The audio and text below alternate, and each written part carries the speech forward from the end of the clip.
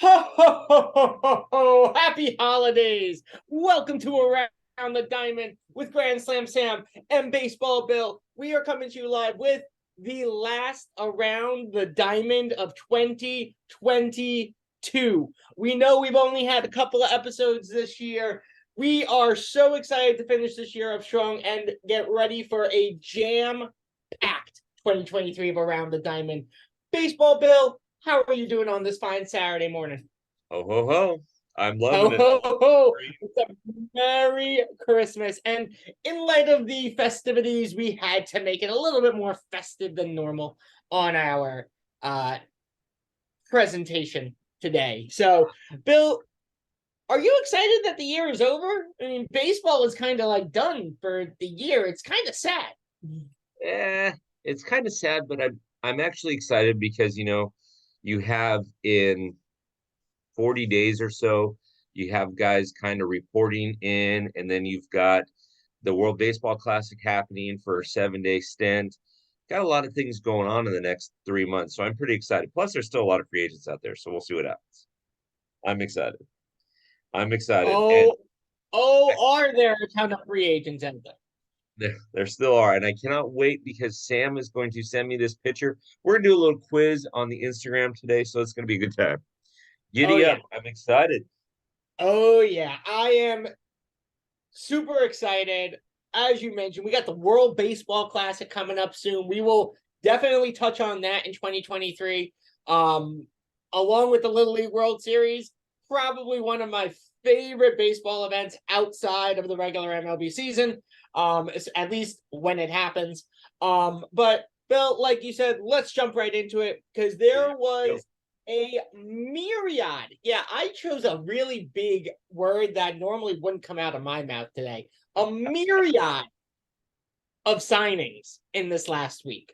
Okay, so everybody, I want you to go back and watch last week's episode because Sam said something in last week's episode that he's going to have to eat a little crow for this week. I was So it's going about to be to fun. eat myself on it too. You jumped in before I could even. So baseball fans, around the diamond fans, top fan rivalry fans. I said last week that there was no way on God's green earth I wanted Carlos Correa. I didn't want him. However, I couldn't be more excited that this guy is now a San Francisco Giant. I have been doing my research on the man. He is such a smart guy. He has taken ownership for what has happened during the 2017 World Series, and he is looking to move on. San Francisco Giants fans, we got our superstar, Carlos Correa, 13 years, $350 million. The man will retire a Giant. He's going to be rocking black and orange for the next 13 years, full no trade clause. Bill, I'm excited about this signing. And as a Dodger fan, I'm really curious, what are your Listen, I think insights Christmas on came this? early this year for Giants fans because you guys got your guy, which was great. By the way, he has not fully repented of 2027 or 2017. 2027, did we jump into the Yeah, future? I know it's early on the West Coast. But the fact that he's there and we can boo him for the next 13 years, this is great. I really, really think 13 years, I've said this before, 13 years, 11-year contracts are too much. I think you guys are going to hate this contract come year 7 or 8. But that's not a Carlos Correa thing. I'd say the same thing about Trey Turner's deal, say the same thing about Bogey's deal. They're just too long. But I'm excited that you guys got your guy. I really am. Because, again, I love it when the Dodgers and Giants are both competitive. It's not as much fun when you have a season where the Yankees and Red Sox aren't competitive and the Dodgers and Giants aren't competitive, who's competitive? So I like this. I like the fact that you guys got your guy. I love it. Yeah, you know, it's going to make the rivalry more more intense now. It's almost going to remind me and bring it back to the 2012 to 2015 years when Bumgarner and Puig would just go at it. It's kind of going to be brought back to that light. And that's what Love it. I'm excited. I'm like you said, when our teams are good, everyone in baseball ends up being really good. It's kind of that weird thing that no one ever thinks of happening. But we had some other major signings this week. Rendon to the Yankees on a 6-year, $162 million contract. This one, I'm a little bittersweet about it. I would have loved to see him back on the Giants. I think he may have gotten paid 1 year too long.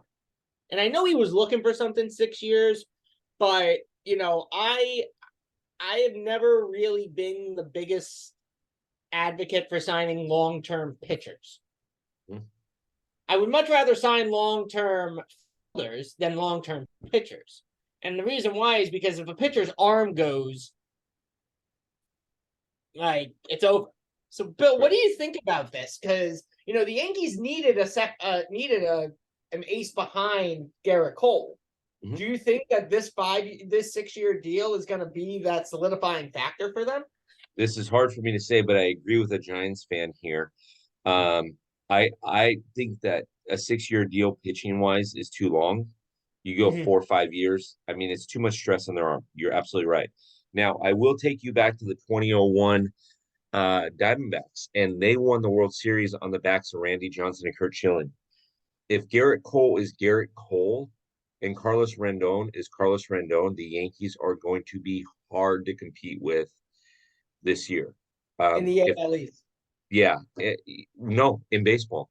I mean, in baseball, I'm talking because if you think about it, they get to October, you got to face Garrett Cole. Let's say Garrett Cole has a great game, and then you face Carlos Rendon in a best of 5 series. You're down 2-0, so you have to win all 3 games coming up. I think this is a great signing. I think it's 1 or 2 years. Sammy, I agree with you. It's 1 or 2 years too long. Yeah, and I think he's going to make an impact. He wanted to be in New York. He's going to now have to realize he can no longer have any more facial hair for at least the next 6 years. That's what you deal with when you go to New York. Your life is basically determined by the Steinbrenners. So congratulations, you've basically been bought. But I think you're right. If Garrett Cole brings it back to when he was playing in Houston, to that Garrett Cole, that 1-2 punch is going to be. I would already punch their ticket to the ALCS. Yep. Maybe not past that, but at least to the ALCS. And I love the names that you brought up on this screen too, Sam. I mean, you did great research on this. I love the Josh Bell signing. I really do. I think the Guardians need that extra bat there. Mm-hmm. I love the Noah Syndergaard signing because it's incentive laced, right? He can make up to $20 million this year, but he's got to prove it. He's got to earn it. And I love the Ben and Terry sign, the 5 years, $75 million. That's amazing. Now go ahead. No, what were you saying? I was going to say the Cody Bellinger signing, I think, is a lot. He needs to reinvent himself. If he does that, the Cubs got a steal of a deal. If he doesn't do that, well, then the Cubs may have overpaid for him. But I hope, for Cody's sake, it's good for baseball when that guy's good. And so for Cody's sake, I hope that he does. The other signing there that you have, I don't like it. Mataka Yoshida. Yeah, and I'll tell you why I don't like it. They had to designate 2 people for assignment, and they designated Eric Hosmer and Jeter Downs. So they basically took an established first baseman that can hit, that can play very well in Boston, and they let him go. And you took one of your best prospects in Jeter Downs, who they brought up last year for a drink of water, and he didn't have a lot of success, but he was very, very big prospect-wise. He'll get on someplace else. But again, what happens when this guy comes over and he goes 10-14 with an ERA of 5.9? What do you do now? He's an outfielder. Oh, I'm sorry. I was thinking of the other pitcher. But yeah, I mean, what happens again if he doesn't? What happens again if he doesn't produce? Then what are you gonna do? And I think you're 100%. I think you're 100% right. I picked these guys not only because of their names, but because of what I found to be interesting with where they went and how their contracts were structured. I think Josh Bell is going to do wonders in Cleveland. I think they needed a guy like him to come in that can play first base, DH on his off days from playing the field, power bat, big name, big face. I think Cleveland was a great choice. And I think his value in Cleveland was right on the money. I don't think they missed a beat with the dollar value. If anything, I think they saved money and enticed him more in with that deal. Cody Bellinger, I think the value of this, whether he plays spectacular or just average, I think for him is spot on. He's still a great defensive player. His back can pick up, but I think this 1 year, 17 and a half is going to give him what you said, the ability to reinvent himself and bring back his life. Right. Syndergaard's contract was 100% probably the best thing he could have found for what he was looking for. Yep. Good. LA is a great pitcher's ballpark. He's gonna be surrounded by a lot of great offense with that team. They didn't lose much, although they didn't gain much. The fact that they didn't lose much offensively is going to save them a ton. I actually am hearing mixed things about Benintendi's contract. I hear a lot of people cautious about the length of the contract, is not as much as the dollar value, but more the length of it being 5 years. What do you think about that? Do you think it was too much time? No, Or not enough time? Well, I think it's about spot on. Okay, because most of these contracts, one of the things I love that you did on this slide, Sam, I think is phenomenal, is if you look at most of these contracts, with the exception of 13 years, 6 years, 5 years, in Boston, most of these contracts can be renegotiated during the season. So if Noah comes out and pitches like Noah, the Dodgers are going to say, "Hey, thanks for coming." If he comes out and pitches like Thor, we're going to be negotiating to try to get him in a Dodger uniform for longer. The Benintendi contract, the White Sox have a lot of holes right now that they need to fill. Okay, but that division is wide open. There is not a powerhouse. I apologize to the NL Central and the AL Central fans. There's not a powerhouse in any one of those divisions right now. I like this contract because if he produces over the next 2 years, he may look at renegotiating this contract. And I don't mind these numbers. These numbers are good numbers. The ones that I mind are the 11, the 12, the 13-year deals. Yes. Because you have no idea how they're going to play out. I mean, look at San Diego. They signed that 13-year deal with Tatis. He gets injured halfway through that season, gets injured again halfway through another part of the way through that season, and then comes back all ready to go, gets in a motorcycle accident in the offseason, and then takes steroids. So since you've signed him, you've had him for 50 games. What's that? He hasn't played on basically 3 years of his $13 million contract. Yeah. Or his 13-year contract. So I like the Benintendi contract, but I understand where White Sox fans right now are incredibly frustrated. And they have a right to be. And they do. They have a right to be, because that division is for the taking, and they had a manager that was falling asleep during the game last year in the dugout. Now 10 years. No, what are you saying? Sorry. I was just going to say 10 years ago, that guy was a lights out manager. But that was when he was 92, not 110. And so, I mean, all the best to Tony La Russa. And you're right. And I agree with you 100% on the Masataka Yoshida deal. The fact that you signed one player and had to release two high caliber players, even if your prospect didn't shine in the sip of water you gave him last year, you give him a bigger sip of water this year. You give him the opportunity to try to make a name for himself in spring training and see what happens. There's not many Shohei Ohtanis we're going to get internationally. There aren't. No. Shohei Ohtani is Shohei Ohtani. And this other pitcher that's coming out of Japan, they're saying he's the next Shohei Ohtani, but I don't think there's going to be anyone like him. I don't. No. So I think I agree with you. I think this contract was overvalued. Mm-hmm. And I think they're taking a really big risk by going in this direction. Looking at your outfield, Sam, in San Francisco, I'd be on the horn right now with Jeter Downs' agent right now. Oh yeah, saying, I wouldn't be surprised if they already were. The biggest question is that now that we've made a couple of moves, I know they're really trying to find one more like top caliber pitcher that's still a free agent.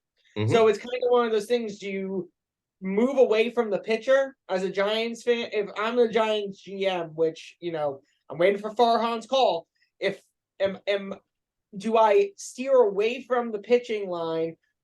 Trust that my prospects can bring me there and go after a top-rated outfielding prospect?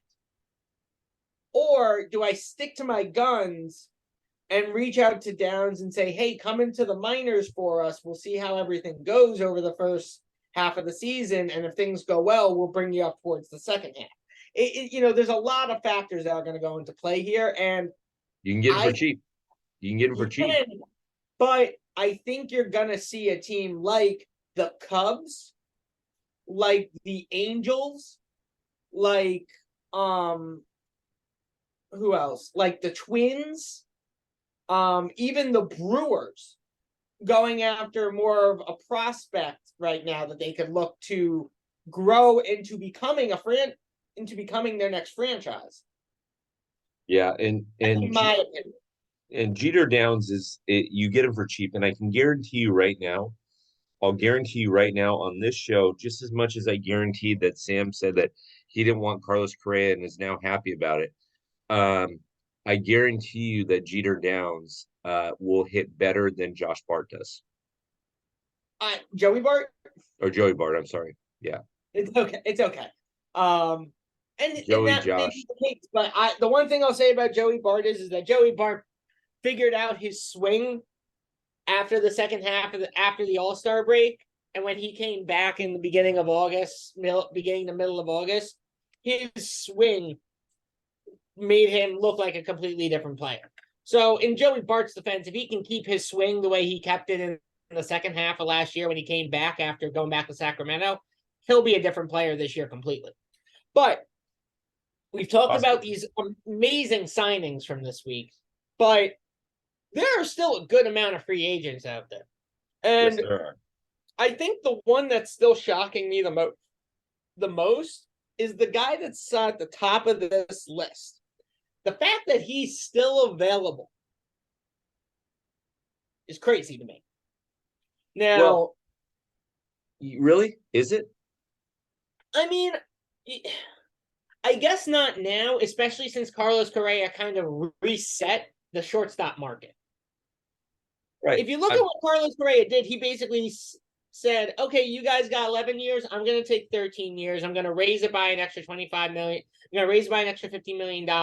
And I'm going to skew the market to make all the numbers look funny. Mm-hmm. Because if I'm looking at Dansby Swanson's market value now compared to what Carlos Correa's market value is, I'm raising Swansby's market. I'm raising that from 24.8 to 28. Mm-hmm. Mm-hmm. He's still younger than all of the free agent shortstops that were available. He's even younger than Carlos Correa. Mm-hmm. Not by much. I think it's only by like a year. Is that the same guy that you said last week you don't want, and then this week you're happy that you got? That's okay. I just want to make sure. Yeah. But yes, okay. I admitted it. I admit it. I am okay with admitting it. Well, here's the thing. I'm going to do something silly like that at some point, and you're not going to let me live it down. So I'm just getting out in front of this at some point. That's fair. But looking at these free agents that are available, you have teams like the Angels. You have teams like the Royals. Pittsburgh and Oakland. And Oakland's in a funny situation because they don't even know where they're playing for the next 5 years after like the next 2 seasons. They're getting kicked out of Oakland. Vegas is already basically starting to build their stadium. Like it's a whole Michigas of stuff.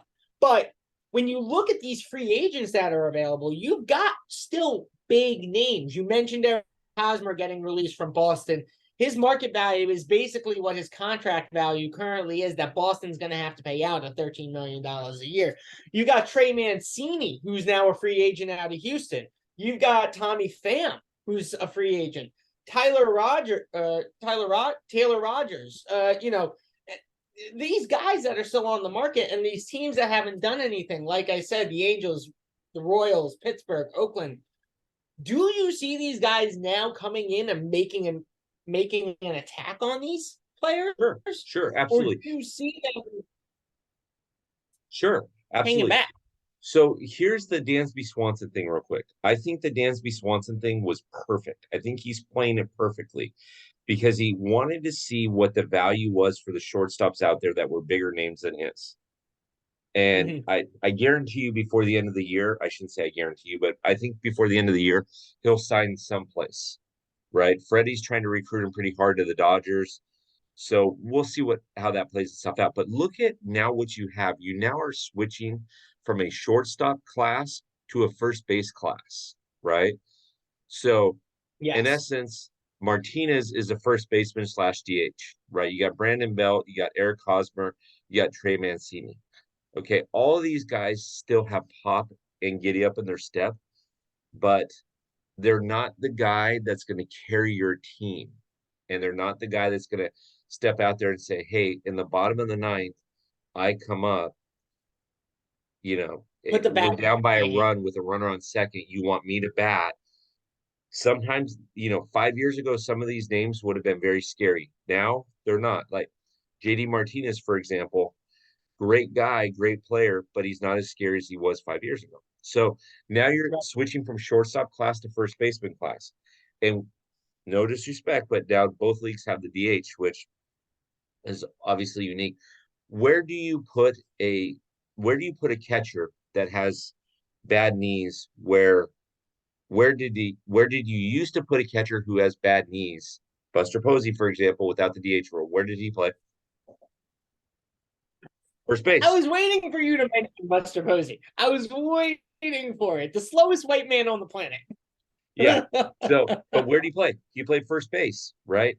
So all of these guys that you see in this first baseman's class aren't the guys that you're looking at and going, wow, that I need to sign that. Now, Sam, you also bring up an awesome point. Let's not forget that, right? All these guys, Trey Mancini, Brandon Belt, I don't know if he's going to retire or not, but Eric Hosmer, even JD Martinez, there are teams out there, and I'm writing an article about this right now, that have done nothing. Okay. Can one of these guys affect Kansas City? Could they affect Pittsburgh? Could they affect the Oakland / Las Vegas / Moon? Whatever they are, right? Moon. Could they affect Colorado? Could they affect Arizona? The list goes on and on and on, right? Could they affect these teams? And the answer is yes. But are these teams, for example, are they going to go out and pay Trey Mancini $18 million? Probably not. But Sammy, you bring up a great point, and I love this slide too. I mean, gosh, if I could only be as smart as you with these slides, I'd be a bazillionaire, but I'm not as smart as you. Better looking, but not as smart as you. That's still debatable.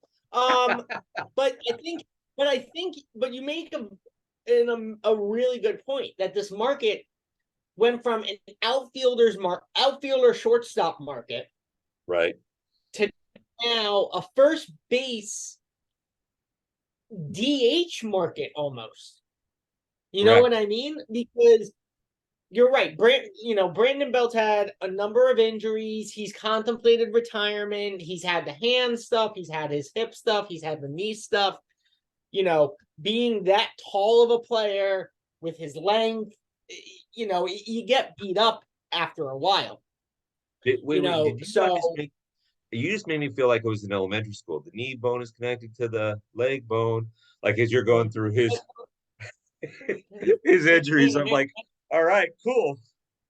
Well, I mean, I know I'm a Giants fan. What can I say? There you go. But but you're right. These guys aren't gonna come into these teams that have done nothing and be the face of the organization. But these are guys that can come in and immediately make an impact Yes. and a positive impact. Yes. In the Not clubhouse, in the like the dugout, on the all-star field. related impact. Not the all-star related impact, but they're going to make an on-field and clubhouse impact. Mm-hmm. They're strong veteran presences. They've all done amazing things throughout their career. They've all earned high accolades. They've all been all-stars.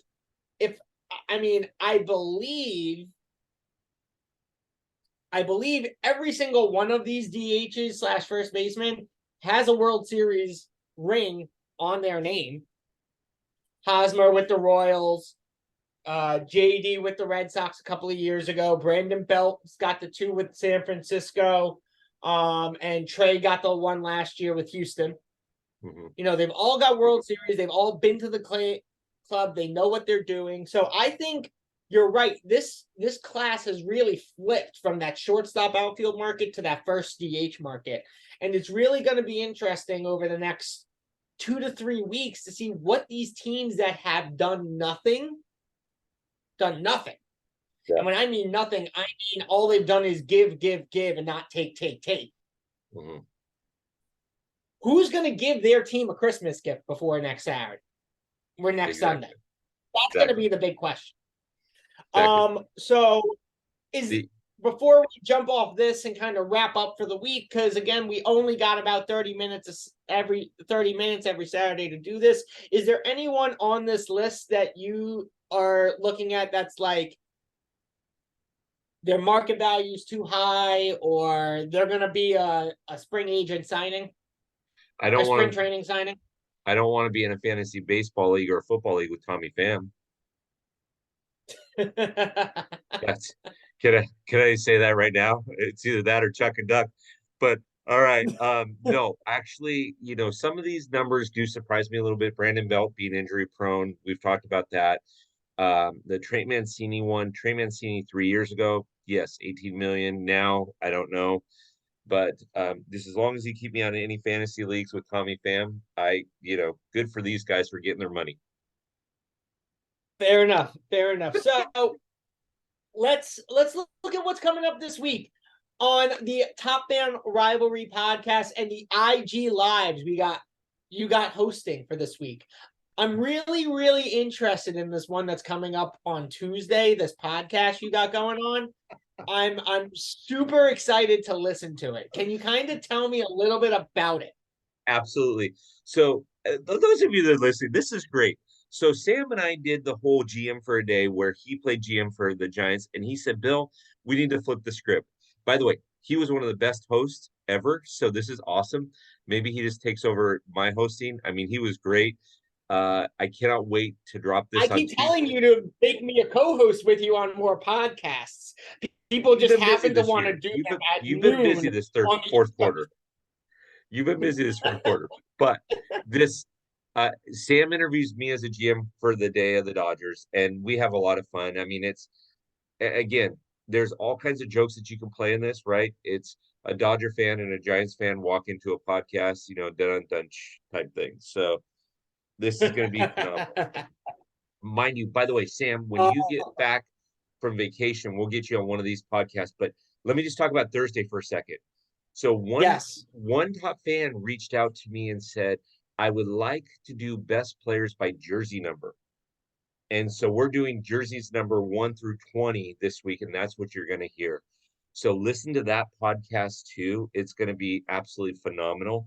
And then when Sam decides that he wants to be back on, the U.S. continent, we'll get him on there because this will be fun. I'll be listening to these podcasts on the other side of the pond. Okay, let's not make it seem like I'm never returning. I will be back. We're gonna miss you, Sammy. Don't leave us. I'm gonna miss you too, Bill. I can already say right now, probably the best number 2 in baseball will be the captain. I don't Yes. think there's a question in anyone's mind. I'm just gonna make Well, that point. You can throw that in when you do the podcast on I Thursday. When promise you you, I guys, promise you it'll come up. I guarantee you cool. number two is the captain, number three is the babe. If we don't have those Oh, conversations, then I don't know. Now, on the IG lives, everybody's welcome to join the IG lives. Those are already booked up. So there's me and usually three people. We're trying to do a Giants one, but Sam said there's nothing for the Giants to talk about right now. They're not interested in doing an IG live. So nail him at Grand Slam Sam in when his DM. did I In his ever say DM, that? I was never approached. give I him was never brought to the hold on. conversation. We had no. So Sam, I am him in his or DM him in his Instagram and say, let's get a Giants live going. What's going on? There's plenty to talk about. So when he gets I back now on need to this go side and of the check my world, IG to make sure that this actually came to fruition because I don't recall this. I could be wrong, top fans and around the diamond fans. But Bill, you know I am more than happy to do an IG live with the Giant talking about what the Giants have done when I return across the pond. There you go. from across the pond. So I will do my best to make that happen. We've also Perfect. got some I'm excited to hear all these IG lives. Dodger Talk is always one I unfortunately ignore. I think, that's a fair representation for the Giants. But the Orioles, the Padres, and the Yankees talks, I'm very interested to hear what they have to say, especially after what they've done in Worlds during this offseason. I mean, not really the Orioles, they haven't done anything. But however, I do know we've got some great podcasts coming up after the new year. Yes. So the schedule I know is going to get jam packed. It's going to be exciting, and you're definitely going to want to watch it. Yep. But guys, from the bottom of my heart to yours to Bill, I want to thank all of you guys for joining us on Around the Diamond for the last quarter of the year. It's really been something that Bill and I have been excited about doing. We get excited about it every week. I can't thank you enough for all of your support as we work hard to put these shows on for you. We encourage the feedback. We encourage the comments. We want to know what you want us to talk about because we'll make it happen. If you want to be a guest on our show, please let us know. We would love to have guests on. I just want to say from my family to all of yours, I want to wish you all a Merry Christmas, a Happy Hanukkah, a wonderful Kwanzaa, a Happy New Year. Overall, just a wonderful and a happy holidays. Bill, you want to wrap us up and take us out? Yeah, sure. I will. You just said everything I was thinking of. From a top fan perspective, everybody get your locker room access. Here's what's going to happen in the locker room come the first of the year. Okay. There will be 4 articles that I will write one every week that will be behind the locker room door. There will be 4 episodes of Around the Diamond with Sam and I that'll be behind the locker room door. There will be 12 articles written by top fans throughout every month. So you're going to get access to 20 different articles plus the Around the Diamond plus a bunch of other things. Get your locker room access. It's cheap. It's $36 a year, so it's not a big deal. Like Sam said, we want to thank you for being listening to our show. This next year, we have some phenomenal things that are going to happen on the show, and I'm excited about it. I want to thank Sam for setting everything up. For all of you Top Fan Rivalry followers that are doing this, I want to wish you a very Merry Christmas, Happy Hanukkah, Happy Festivus, whatever you celebrate. We are excited that you're there. If it's a Festivus for the rest of us, great. We love having you on, but we are so grateful that you are on with us every week. You listen to this. And again, we're going to have guests on. We're going to have all kinds of fun things happening. So thanks so much. And Sam, I appreciate you putting a great episode together again. So we'll see you It's soon. always my pleasure, Bill. Everyone, we'll see you on the field. Sounds good.